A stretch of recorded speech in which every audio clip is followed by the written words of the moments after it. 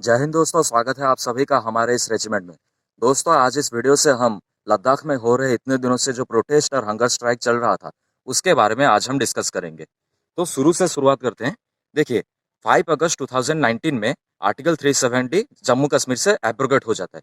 तो after the abrogation of the article 370, this result to the formation of 2 union territories. एक है जम्मू कश्मीर और एक है लद्दाख। जम्मू कश्मीर और लद्दाख मतलब जो जम्मू कश्मीर एक सिंगल यूनिफाइड कंट्री स्टेट था, उसको डिवाइड करके जम्मू कश्मीर और लद्दाख दो न्यू यूनियन टेरिटरी फॉर्म किए गए। तो अब बात यह है कि दोनों मतलब जम्मू कश्मीर जो स्टेट था, एक सिंगल स्टेट, उसको क्यों डिवाइड किया गया, तो उसके बारे में पहले हम डिस्कस करते हैं। देखिए, जम्मू कश्मीर का जो आज का जो जितना एरिया है, वहाँ पर टेररिस्ट बहुत मतलब टेरिtoriयल एक्टिविटीज बहुत वहाँ पर होता है। टेररिस्ट वहाँ पे दिन दहाड़े जो उनका मन चाहे वो करते थे। तो इस सब के चलते क्या होता था कि जो लद्दाख के ट्राइबल पीपल्स है, लद्दाख के जो लोग हैं, उनका भी एक तरह से नाम खराब होता था। वो भी दबे हुए रहते थे। मतलब after the before the abrogation of article 370 they were living in a miserable condition, the citizens of Ladakh, and now also they are also living in a miserable condition after also the abrogation of article 370। तो article 370 के abrogation के बाद भी आज भी लद्दाख के मूल निवासी जो है वो अपने राइट्स के लिए लड़ाई कर रहे हैं। तो अब हम समझते हैं कि जम्मू कश्मीर और लद्दाख को डिवाइड क्यों किया गया। देखिए, जम्मू कश्मीर में टेरिtoriयल एक्टिविटीज बहुत होता है और ये सब के चलते लद्दाख के भी नाम बहुत खराब होते थे। तो एज ए रिजल्ट लद्दाख के लोग वहां पर प्रोटेस्ट नहीं कर पाते थे। अभी तो उनका राइट टू प्रोटेस्ट, वो आर्टिकल को अच्छे से वो यूज करते हैं। वो पीसफुली गैदर होते हैं, प्रोटेस्ट करते हैं अपने डिमांड को फुलफिल करने के लिए। लेकिन पहले ये सब भी नहीं होता था। तो जम्मू कश्मीर और लद्दाख का डिवाइड हो गया, एक तरह से अच्छा हुआ और यूनियन टेरिटरीज बन गए। लेकिन प्रॉब्लम यहाँ पर है कि जम्मू कश्मीर को क्या हुआ ना, एक विधानसभा मिल गया। जम्मू कश्मीर में अब क्या होगा कि लोग अपने इलेक्टेड रिप्रेजेंटेटिव को मतलब अपने रिप्रेजेंटेटिव को, कैंडिडेट्स को वोट करेंगे, इलेक्ट करेंगे। लेकिन लद्दाख में ये सब नहीं होता। लद्दाख में क्या होता है ना, लेफ्टिनेंट लेफ्टिनेंट जो गवर्नर होते हैं, प्रेसिडेंट के द्वारा जो अपॉइंटेड होता है, वो गवर्नर लद्दाख पर अभी रूल करते हैं। और ब्यूरोक्रेट्स जो होते हैं, ब्यूरोक्रेसी वहां पर इम्प्लीमेंट हो गया है। वो ब्यूरोक्रेट्स लद्दाख पे काम करते हैं और जम्मू कश्मीर को विधानसभा मिला है। तो अ, यही सब चलते लद्दाख के लोग मतलब अभी थोड़ा डिसअपॉइंटेड है। और जम्मू कश्मीर का अगर हम बात करें तो जम्मू कश्मीर का जो इकोनॉमी है, वो सिंपली डिपेंड करता है ड्राई फ्रूट्स और टूरिज्म पर। और भी बहुत सारे सेक्टर है, लेकिन ड्राई फ्रूट्स और टूरिज्म जो है, ये दो सेक्टर वहाँ के मतलब प्रोमिनेंट फैक्टर है एक for the growth of economy. लेकिन लद्दाख पे ये सब कुछ नहीं होता। और जम्मू कश्मीर को बजट भी हाई मिलता है हर साल जम्मू कश्मीर को as compare to Ladakh they get more budget. और एक बात यह है कि जम्मू कश्मीर में job institution school, engineering school, ये सब बहुत है। लेकिन लद्दाख में ये सब बहुत कम देखने को मिलता है। इंफ्रास्ट्रक्चरल ग्रोथ जो है, वो जम्मू कश्मीर में बहुत हुआ है पिछले 5 सालों में से। 5 साल में जम्मू कश्मीर में इंफ्रास्ट्रक्चरल ग्रोथ बहुत हुआ है। टनल बिल्ड्स हुए हैं, ब्रिजेस, रोड्स, मतलब जो कुछ वहाँ पे नहीं था वो सब आज देखने को मिलता है। लेकिन लद्दाख में ये सब नहीं है। तो लद्दाख के लोग इसीलिए हैं, मतलब प्रोटेस्ट कर रहे हैं। और एक बात यह है कि लद्दाख का अगर आप ज्योग्राफी देखेंगे, तो वहाँ पे मतलब जैसे बायोडाइवर्सिटी जम्मू कश्मीर में देखने को मिलता है, लद्दाख में वो सब नहीं है। हाई रॉक टेरेसेस, मतलब वहाँ पर बंजर जमीन है, खेती भी अच्छे से नहीं होता, फॉरेस्ट भी नहीं है। लद्दाख का सिचुएशन यही है। तो ब्यूरोक्रेसी चलता है लद्दाख पर। तो आफ्टर आर्टिकल 370 एब्रोगेट होने के बाद क्या हुआ ना, बहुत सारे फॉरेन कंपनीज आए, इंडिया इंडिया के भी कुछ कंपनी वहां पर गए और इंफ्रास्ट्रक्चरल ग्रोथ किए। जहां पर उनका मन क्या, टूरिस्ट प्लेस पर होटल बनाए, रोड्स बनाए। तो एज ए रिजल्ट क्या हुआ ना, वो इकोलॉजी को डैमेज करने लगे। तो फॉरेन कंपनीज, अब इतना तो उनका आइडिया नहीं है लद्दाख का जियोग्राफी को लेकर। तो अगर वहाँ के लोग भी उनको मना करते थे तो वो नहीं मानते थे। फॉरेन कंपनीज को अपने बेनिफिट के लिए वो जहाँ चाहते थे वहाँ वो सेटअप कर देते थे, इंफ्रास्ट्रक्चरल ग्रोथ करते थे। तो लद्दाख एक तरह से नेचर से लिंक्ड था। तो ये जो लिंक ब्रिज बना था लद्दाख और नेचर का, वो ब्रिज टूट गया यहाँ पर। तो citizen started demanding schedule 6 and this protest was lead by Sonam Wangchuk. Sonam Wangchuk के बारे में अगर आप मैं बताऊं तो सोनम वांगचुक एक साइंटिस्ट है और एक ह्यूमनिस्ट है, इन्वायरमेंटलिस्ट है। अगर हम देखें, वो सोनम वांगचुक यहाँ पर प्रोटेस्ट कर रहे हैं, मतलब हमको समझना चाहिए कि कोई पॉलिटिशियन यहाँ पर प्रोटेस्ट नहीं कर रहा है, एक देश का सिटीजन यहाँ पर प्रोटेस्ट कर रहा है। तो जहाँ पर सिटीजन्स का डिमांड फुलफिल नहीं हो रहा है, तो वो मतलब बहुत बहुत गंभीर विषय है। वो उस पर डिस्कशन होना चाहिए, लेकिन यहाँ पर नहीं हो रहा है।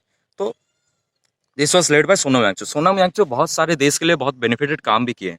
उन्होंने सोलर हीटर टेंट्स बनाए हैं, सोलर न्यूट्रल बिल्डिंग्स बना है, सोलर हीटेड टेंट्स जो है वो मिलिट्री लोगों के लिए है। मिलिट्री लोग ठंड में बहुत मतलब उनका कंडीशन खराब हो जाता है, डिहाइड्रेशन के शिकार होते हैं, तो वहाँ पर अगर वो रहेंगे तो अच्छे से रह सकते हैं। सोलर न्यूट्रल बिल्डिंग्स बना है लद्दाख के लोगों के लिए। लाईफाई, वहाँ पर वाईफाई तो नहीं जाता, तो लाईफाई का न्यू टेक्नोलॉजी यूज़ करके वहाँ पे लाईफाई यूज़ करते हैं। आइस टूपस बना है। आइस टूपस मतलब नेचुरल ग्लेशियर को यूज़ करके कैसे आर्टिफिशियल वाटर कैसे बनाया जाए। लद्दाख में वाटर स्कैरसिटी बहुत देखने को मिलता है, तो आइस टूपस ये सब बना के उन्होंने बहुत काम किया है। तो यही सब चलते सोनम वांगचुक मतलब एक फेमस पर्सनालिटी बन चुके हैं और लोग उनके बात को मानते हैं। तो अगर हम देखें कि सोनम वांगचुक एक तरह से सिटीजन होते हुए भी एक लद्दाख के लोगों के बेनिफिट के लिए एक लीडर बनकर खड़े हैं। तो अभी अगर हम देखें सिक्स शेड्यूल के बारे में, और एक बार बात यह है कि सोनम वांगचुक जितने भी डेवलपमेंट किए हैं वो सस्टेनेबल डेवलपमेंट में आता है, मतलब विदाउट हार्मिंग द इकोलॉजी। वो इकोलॉजी को हार्म किए बिना वो डेवलप किए हैं, डेवलपमेंट लाए हैं। तो सिक्स शेड्यूल के बारे में अगर हम बात करें तो सिक्स शेड्यूल ट्राइबल ग्रुप्स जो होते हैं, एक और बात मैं बताना चाहता हूँ, लद्दाख में मोर देन 70% ट्राइबल ग्रुप्स रहते हैं, मतलब शेड्यूल ट्राइब रहते हैं। तो ट्राइबल सिक्स शेड्यूल ये राइट देता है ट्राइबल लोगों के लिए, लोगों को, कि वो अपने लिए सेपरेट रूल्स एंड रेगुलेशन बना सकते हैं। सेपरेट रूल्स और रेगुलेशन अपने ट्राइबल ग्रुप के लिए बना सकते हैं इन डेफिनेट डिस्ट्रिक्ट लेवल, मतलब डिस्ट्रिक्ट लेवल में वो बना सकते हैं, स्टेट लेवल की बात नहीं कर रहे। तो अभी इन्हें डिस्ट्रिक्ट लेवल वो बना सकते हैं, ऑटोनोमस डिस्ट्रिक्ट काउंसिल वो डिमांड कर रहे हैं। तो ये लागू हो चुका है आसाम, मेघालय, त्रिपुरा, आसाम, मेघालय, त्रिपुरा और मिजोरम, ये 4 स्टेट में अभी तक लागू किया गया है। लेकिन ये लद्दाख में भी लागू किया जाना चाहिए। यहाँ पर मोर देन 70% वहाँ पर अगर शेड्यूल ट्राइब है तो लागू किया जाना चाहिए। तो ऑटोनोमस डिस्ट्रिक्ट काउंसिल जो है वो सिर्फ एक कुछ डिस्ट्रिक्ट के लिए वो डिमांड कर रहे हैं, for specific part, for specific area of the state. वो ऐसा नहीं है कि पूरा लद्दाख स्टेट के लिए वो डिमांड कर रहे हैं, तो कुछ स्पेसिफिक पार्ट्स के लिए। लद्दाख के लोग भी चाहते हैं कि डेवलपमेंट हो, रोड, इंफ्रास्ट्रक्चर, माइनिंग, ये सब होना चाहिए, लेकिन ये इतना भी हार्मफुल नहीं होना चाहिए कि लद्दाख का इकोलॉजी जो है वो डैमेज होना चाहिए। लद्दाख का बायोडाइवर्सिटी बहुत अच्छा है, तो वहाँ का अगर इकोलॉजी डैमेज हो जाएगा तो लोग वहाँ पर क्या ही करेंगे। तो अभी हम आर्टिकल 370 और एडीसी जो सिक्स शेड्यूल है उसके बारे में अभी हम डिफरेंशिएट करते हैं। देखिए आर्टिकल 370 में क्या होता है। आर्टिकल 370 पूरा होल नेशन के, मतलब नेशन बोला, होल स्टेट के ऊपर इंप्लीमेंट करता है। आर्टिकल 370 क्या है ये भी थोड़ा डिस्कस कर लेते हैं। आर्टिकल 370 के चलते जम्मू कश्मीर को ये राइट मिला था कि वो अपने एक सेपरेट फ्लैग बना सकते हैं, सेपरेट कॉन्स्टिट्यूशन बना सकते हैं, सेपरेट गवर्नमेंट फॉर्म कर सकते हैं, अपने rules and regulation in the state level. लेकिन एडीसी क्या कहता है, for specific parts of the state, कुछ डिस्ट्रिक्ट के लिए ही ये मांग कर रहे हैं। तो एडीसी भी एक अच्छा नियम है। आर्टिकल 370 से अगर हम देखें तो एडीसी बहुत है, autonomous district council six schedule जो है। तो लद्दाख सिटीजन्स विल डिसाइड अभी कौन सा पार्ट एडीसी में जाना चाहिए, सिक्स शेड्यूल में होना चाहिए, ये लद्दाख के सिटीजन को डिसाइड करना चाहिए। वही सब हम बोलते हैं। देखिए अब अगर मैं एग्जाम्पल दूँ तो देखिए, मैं कटक से हूँ। कटक में हर साल बाल यात्रा होता है, तो बाल यात्रा का जो फील्ड है, अभी अगर एक फॉरेन कंपनी आएगा और बोलेगा कि बाल यात्रा फील्ड में मैं एक बिल्डिंग बनाना चाहता हूँ, तो ये तो हम कटक के लोगों को तो अच्छा नहीं लगेगा। इतने सालों से जो बाल यात्रा हो रहा है, बाल यात्रा मैं बता देना चाहता हूँ कि एक मतलब बहुत वर्ल्ड फेमस है। बाहर के कंपनी मतलब ट्रेडर्स आते हैं, भारत के मुँह जो आसाम के लोग हैं, जम्मू कश्मीर के लोग हैं, सारे यहाँ पर आके व्यापार करते हैं। 7 से 8 दिन तक ये चलता है। तो वहाँ पर अगर कोई बोलेगा फॉरेन कंपनी आके जो मैं लैंड मतलब बिल्डिंग बनाना चाहता हूँ, तो ये तो हमें अच्छा नहीं लगेगा। वैसे ही लद्दाख का सिचुएशन है। लेकिन सिक्स शेड्यूल की अगर बात करूँ तो सिक्स शेड्यूल में कुछ लिमिटेशंस है।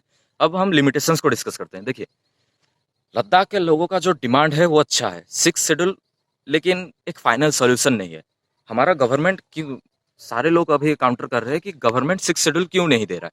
तो आपको समझना चाहिए कि सिक्स शेड्यूल मतलब फाइनल सोल्यूशन नहीं है। लद्दाख के लोगों को अगर हम सिक्स शेड्यूल दे भी देंगे तो भी वो लोग सफर करेंगे।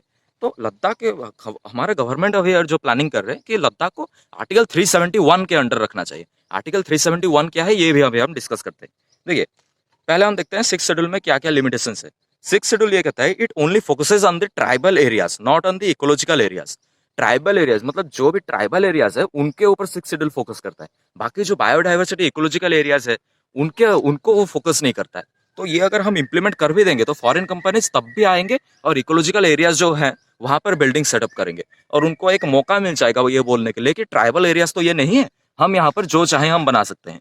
तो ये समझना चाहिए कि लद्दाख के लोगों को ये समझना चाहिए कि six schedule only focuses on the tribal areas rather not on the ecological areas. So our main motive is to save environment. हमारा मेन मोटिव जो है लद्दाख के लोगों का जो मोटिव है वो एनवायरमेंट को सेव करना है। इसीलिए वो लोग प्रोटेस्ट कर रहे हैं, एनवायरमेंट और इकोलॉजी इसको प्रोटेक्ट करने के लिए। तो अब आगे अभी अगर ये मतलब सही भी है, अगर अभी अगर आप देखेंगे तो लैंड माफियाज के चलते बहुत मतलब देश का बहुत अंडर डेवलपमेंट, मतलब डेवलपमेंट तो नहीं हो रहा है, मतलब ज्यादा क्षति हो रहा है। देखिए जोशीमठ में हमने देखा, अभी हम बेंगलुरु में देख रहे हैं, वाटर नहीं है, वाटर क्राइसिस, मतलब बूंद बूंद पानी के लिए लोग वहां पर तरस रहे हैं। तो यही सब चलता है, लैंड माफियाज के चलते यही सब प्रॉब्लम देखने को मिलता है। तो लद्दाख फ्यूचर में चल के बेंगलोर ना बन जाए, फ्यूचर में चल के जोशीमठ ना बन जाए, इसको हमें काउंटर करना चाहिए। तो फाइनल सोल्यूशन यही होगा कि आर्टिकल 370 को इम्प्लीमेंट किया जाना चाहिए, आर्टिकल 371 को इम्प्लीमेंट किया जाना चाहिए लद्दाख में। It protects both ecology and tribal areas as a whole. Tribal areas को भी ये प्रोटेक्ट करता है, प्लस इकोलॉजी और बायोडाइवर्सिटी मतलब एनवायरमेंट को भी ये प्रोटेक्ट करता है। जो इकोलॉजी का मतलब एरियाज है उनको भी ये प्रोटेक्ट करेगा, प्लस ट्राइबल एरियाज। तो ये एक अच्छा फाइनल सोल्यूशन होगा। तो हमारे गवर्नमेंट का मेन मोटिव यही है कि लद्दाख पर आर्टिकल 371 इम्पोज किया जाना चाहिए। So it prohibits of construction of on certain specific areas. मतलब ऐसा नहीं है कि डेवलपमेंट नहीं होगा लद्दाख में, अगर डेवलपमेंट होगा तो लोगों को नौकरी मिलेगा। वो कितना सालों से अभी खेती तो वहाँ पे होता नहीं है। ट्राइबल लोग बहुत मिजरेबल कंडीशन में जीते हैं। मतलब अभी तो वो प्रोटेस्ट, मतलब उनको राइट मिला है प्रोटेस्ट करने के लिए। पहले तो वो प्रोटेस्ट भी नहीं कर पाते थे, अपने डिमांड्स को फुलफिल करने के लिए मतलब प्रोटेस्ट भी नहीं कर पाते। तो ये सब समझना चाहिए। और आर्टिकल 371 का मेन मोटिव यही है कि इकोलॉजी प्लस ट्राइबल ग्रुप दोनों को मद्देनजर रखते हुए मतलब स्पेसिफिक एरियाज को वो काउंटर करेंगे। तो अभी जो ब्यूरोक्रेट्स है ये भी एक बड़ा प्रॉब्लम है। अगर आप ब्यूरोक्रेसी का, इंडियन ब्यूरोक्रेसी को अगर आप देखेंगे तो इंडियन ब्यूरोक्रेसी अच्छा नहीं है। बहुत मतलब ब्यूरोक्रेट्स जो होते हैं मतलब बहुत अच्छे लोग भी होते हैं लेकिन ज्यादातर करप्टेड हो चुके हैं। तो और एक बात यह है कि मान लीजिए ब्यूरोक्रेट जो अपॉइंट होते हैं वो यूपीएससी से होते हैं। यूपीएससी एग्जाम होता है, उसको कंडक्ट, वो एग्जाम को क्रैक करके वो आईएएस आईपीएस बनते हैं। तो मान लीजिए अभी कोई बिहार से है, कोई उड़ीसा से है, कोई आंध्र प्रदेश से है, कोई ब्यूरोक्रेट वो जाएगा अगर लद्दाख को, लद्दाख का मतलब उसका ज्योग्राफी के बारे में नॉलेज नहीं है, वहाँ के ट्राइबल ग्रुप्स के ऊपर उसका इतना नॉलेज नहीं होगा। ब्यूरोक्रेट्स का बहुत नॉलेज होता है, मैं मानता हूँ, लेकिन वहां पर वो लोग रहते नहीं है ना। तो वहां पर एक स्टेट पब्लिक पब्लिक कमीशन भी होना चाहिए, पब्लिक सर्विस कमीशन। देखिए सारे स्टेट में एक पब्लिक सर्विस कमीशन है, तो लद्दाख के लोग भी एलपीएससी डिमांड कर रहे हैं, लद्दाख पब्लिक सर्विस कमीशन। वहाँ मतलब ये कि बेनिफिट क्या देगा कि लद्दाख के लोग एग्जाम देंगे, लद्दाख के लोग एग्जाम क्रैक करके वहीं पर वो ब्यूरोक्रेट्स बन के वहाँ पर डेवलपमेंट कर सकते हैं। मान लीजिए अभी कोई राजस्थान से जाएगा लद्दाख, तो उसको तो उतना मतलब लद्दाख के लोग को जितना एक्सपीरियंस होगा वहाँ के लोगों के बारे में, एक राजस्थानी को उतना नहीं होगा, एक उड़िया को उतना नहीं होगा। तो ये बात को समझना चाहिए। एक सेपरेट स्टेट कमीशन भी वहां पर होना चाहिए। और एक उनका डिमांड है कि लोकसभा पे उनका सिर्फ एक ही सीट है, तो वो बढ़ाकर दो करना चाहिए। और राज्यसभा में बिल्कुल एक भी सीट नहीं है, तो वो सब करना चाहिए। देखिए गवर्नमेंट अगर ये सब फुलफिल नहीं करेगा तो आगे चलकर हमें ही सफर करना पड़ेगा। लद्दाख के लोग बहुत इनोसेंट होते हैं। लद्दाख के लोग मतलब बहुत मतलब देशभक्ति के भावना उनका इतना है कि जो इंडिया में नॉर्थ इंडिया साउथ इंडिया में जो रहते हैं उनका भी उतना नहीं है जितना लद्दाख के लोग अपने आप को नेशनलिस्ट मानते हैं। तो लद्दाख के लोग बहुत इनोसेंट होते हैं। देश भर में प्रोटेस्ट के नाम पर दंगा किया जाता है, लोगों को मारा जाता है, लेकिन लद्दाख के लोग पीसफुली गैदर करके प्रोटेस्ट कर रहे हैं। ये गवर्नमेंट को देखना चाहिए।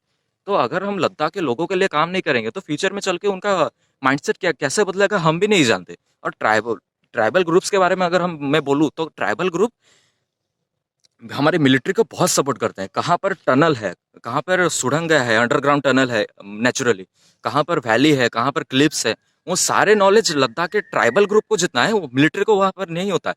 तो मिलिट्री और ट्राइबल ग्रुप दोनों अकॉर्डिंग मतलब पैरेलली चलते हैं। कारगिल वॉर में हमारे मिलिट्री जो है, इंडियन मिलिट्री, वो लद्दाख के ट्राइबल पीपल से बहुत हेल्प लिए थे, तो वहां पर जियोग्राफी का यूज करके वॉर में लड़ने के लिए। तो ये सब देखना चाहिए। और लोग जो सोच रहे हैं कि सोनम यांगचुक और लद्दाख के लोग गवर्नमेंट के अगेंस्ट जाके प्रोटेस्ट कर रहे हैं, तो ये सब ऐसा नहीं है। अगर आप देखेंगे तो सोनम यांगचुक और लद्दाख के जो लोग हैं वो गवर्नमेंट के साथ रहकर, गवर्नमेंट के साथ चलते हुए वो डेवलपमेंट चाहते हैं। वो भी चाहते हैं कि फॉरेन कंपनीज आए यहाँ पर सेटअप करे, बिल्डिंग्स इंफ्रास्ट्रक्चर ग्रोथ हो। लेकिन ये इतना भी विकराल रूप मत विकराल रूप ना ले जाए कि इकोलॉजी पर को ही डैमेज कर ले। तो लद्दाख के लोग गवर्नमेंट के साथ चलते हुए वो डेवलपमेंट चाहते हैं। तो ये सब चलता है और गवर्नमेंट भी बहुत सारे इनिशिएटिव ले रहा है। ऐसे नहीं है कि गवर्नमेंट चुपचाप बैठा है। हालांकि मीडिया कवरेज नहीं हो रहा है, वो एक बात है कि मीडिया को भी कवरेज करना चाहिए। लद्दाख के लोगों को इतने सालों से 21 दिन से मतलब हंगर स्ट्राइक हो गया है। फिर अभी सोनम वांगचुक बोले हैं कि फास्ट टिल डेथ भी वो करेंगे। तो मीडिया कवरेज भी होना चाहिए, ये सब अच्छी बात नहीं है। तो पहले तो गवर्नमेंट का मेन मोटिव है कि आर्टिकल 371 लद्दाख में इम्पोज किया जाए। और रिकॉन्सिलेशन कमीशन के बारे में भी आपको बता देता हूँ कि जनवरी के मंथ में, ये 2024 में जनवरी में रिकॉन्सिलेशन कमीशन एक बैठाया गया जम्मू कश्मीर और लद्दाख में। इसका मेन मोटिव यही था कि जो लद्दाख के विक्टिम्स है, जो हिंदू जेनोसाइड जो हुआ था इतने सालों से, टेररियल एक्टिविटीज जो हुआ था, जो विक्टिम्स थे उनका जो वायलेशन हुआ है फंडामेंटल राइट्स, उनको कैसे फंडामेंटल राइट्स उनको मिलना चाहिए, और जो विक्टिम्स है उनको कैसे अच्छा फैसिलिटीज प्रोवाइड करना चाहिए, ये सब रिकॉन्सिलेशन कमीशन का मेन मोटिव है। Reconciliation commission direct on ground वो इन्वेस्टिगेट करेंगे, हाउस टू हाउस वो सर्वे करेंगे और अनबाइज्ड रिपोर्ट उनको पब्लिश करना है। तो उनका मोटिव यही है। उनका मेन जो फोकस है वो पास्ट पर है, और प्रेजेंट में जो विक्टिम्स रह रहे हैं उनको उनका मेन फोकस है उन्हीं पर। इन्वेस्टिगेट करेंगे, इवेंट और टाइम पर वो ज़्यादा जोर डालेंगे। विक्टिम्स के साथ कन्वर्सेशन करेंगे फेस टू फेस कन्वर्सेशन जो है, ग्राउंड विजिट करेंगे। तो प्लेस वो रिपोर्ट प्लेस करेंगे और government will give the power. ये डायरेक्ट स्टेट सेंट्रल गवर्नमेंट के द्वारा ये पावर उनको मिलेगा। और मोस्ट इंपोर्टेंट जो बात है, report should be unbiased. So reconciliation commission जो बैठाया गया है जम्मू कश्मीर और लद्दाख में, ये काफ़ी हद तक सही है। मतलब ये अगर आप ग्राउंड विजिट करेंगे और फेस टू फेस इंटरेक्शन करेंगे तो क्या प्रॉब्लम्स है पूरा रूट लेवल से आप उसको काउंटर कर सकते हैं। तो यही सब चलते। और लद्दाख के ट्राइबल ग्रुप्स जो है वो बहुत, मैं जब जैसे कि बोला, वो बहुत मतलब देशभक्ति का भावना उनका बहुत है। वो चाहते तो दंगा फसाद करके मतलब बहुत लोगों को मार कर वो प्रोटेस्ट कर सकते थे, लेकिन शांतिपूर्ण तरीके से वो प्रोटेस्ट कर रहे हैं। तो गवर्नमेंट को ध्यान देना चाहिए, गवर्नमेंट और मीडिया कवरेज भी होना चाहिए। तो आज के लिए बस इतना ही, मिलते हैं एक नए वीडियो में। तब तक के लिए till then keep supporting our own regiment. जय हिंद, जय भारत, वंदे मातरम।